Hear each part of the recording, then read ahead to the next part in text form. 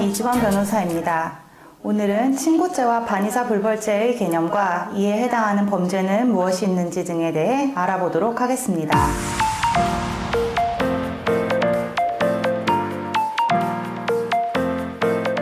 친고죄란 범죄의 피해자나 법률이 정한 자의 고소가 있어야 공소를 제기할 수 있는 죄를 의미합니다. 친고죄가 인정되는 이유는 피해자의 의사에 반해서 그 범죄를 기소하여 결과적으로 사회 일반에 공표되는 것이 오히려 피해자의 불이익이 되는 것이나 피해자의 피해가 경미한 경우에는 피해자의 의사를 무시하면서까지 소추할 필요가 없기 때문입니다. 친고죄는 절대적 친고죄와 상대적 친고죄 두 가지로 구분할 수 있습니다. 우선 절대적 친고죄는 피해자와 범죄자의 신분관계와 상관없이 일정한 범죄에 대한 공소의 제기를 위해서 반드시 고소권자의 고소를 필요로 하는 것입니다. 사자 명예훼손죄, 모욕죄, 비밀침해죄, 업무상 비밀누설죄 등이 절대적 친고죄에 해당합니다. 이러한 죄는 고소가 있어야 공소를 제기할 수 있다고 규정되어 있습니다. 반면 상대적 친고죄는 일반적인 경우 친고죄가 아니나 친족 상돌의 경우와 같이 피해자와 범죄자 사이에 일정한 신분관계가 있어 예를 들면 친족관계가 있는 경우에 고소권자의 고소가 있어야만 하는 범죄를 의미합니다. 형법상 권리행사 방해죄, 절도죄, 사기와 공갈의죄, 횡령과 배임의죄 부분에 상대적 친고죄 규정이 있습니다.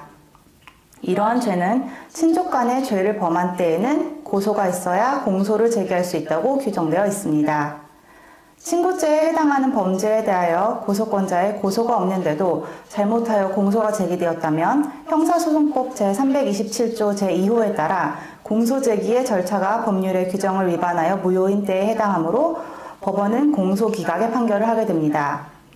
또한 친고죄의 경우 형사소송법 제230조 제1항에 따라 범인을 알게 된 날로부터 6개월을 경과하면 고소하지 못하고 다만 고소할 수 없는 불가항력의 사유가 있는 때에는 그 사유가 없어진 날로부터 기산하게 됩니다. 범인을 알게 된 날이란 단순히 범죄 사실을 아는 것이 아니라 범인까지 알아야 하나 범인이 누구인가 특정할 수 있을 정도로 알면 족하고 범인의 이름이나 주소까지 구체적으로 알 필요는 없습니다. 한편 형사소송법 제232조 제1항에 따라 고소는 제1심 판결 선고 전까지 취소할 수 있습니다. 따라서 고소로 수사기관의 수사 절차가 시작되고 공소가 제기되었더라도 1심 판결 전까지는 피해자가 고소를 취소할 수 있습니다. 이렇게 고소를 취소한 경우에는 형사소송법 제232조 제2항에 따라 다시 고소할 수 없습니다. 즉 친고죄로 고소를 한 후에 합의가 이루어져 고소를 취소하였으나 이후 가해자가 합의한 돈을 지급하지 않는다고 하더라도 다시 고소할 수 없는 것입니다. 따라서 고소를 취소할 때에는 신중하게 결정하여야 합니다.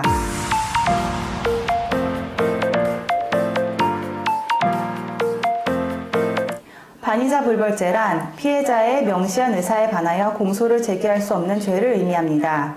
따라서 피해자가 처벌을 희망하는 의사를 표시하지 않았더라도 공소를 제기할 수 있으나 피해자가 처벌을 원하지 않는다는 의사가 있거나 처벌을 원하는 의사를 철회하였을 때에는 공소를 제기할 수 없습니다.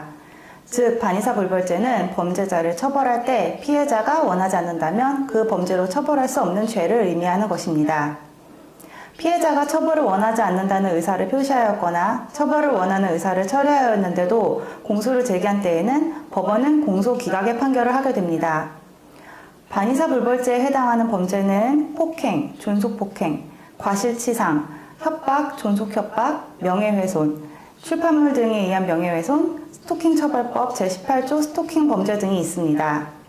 그런데 스토킹 처벌법의 경우 피해자가 합의를 해주지 않아 앙심을 품고 보복범죄를 하는 경우 등이 문제가 되자 반의사 불벌죄 조항을 폐지하는 개정안이 입법 예고된 상황입니다.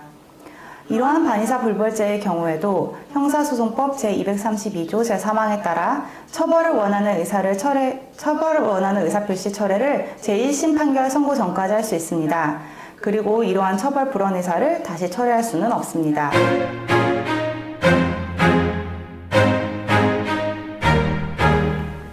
지금까지 친고죄와 반의사 불벌죄에 대하여 알아보았습니다. 감사합니다.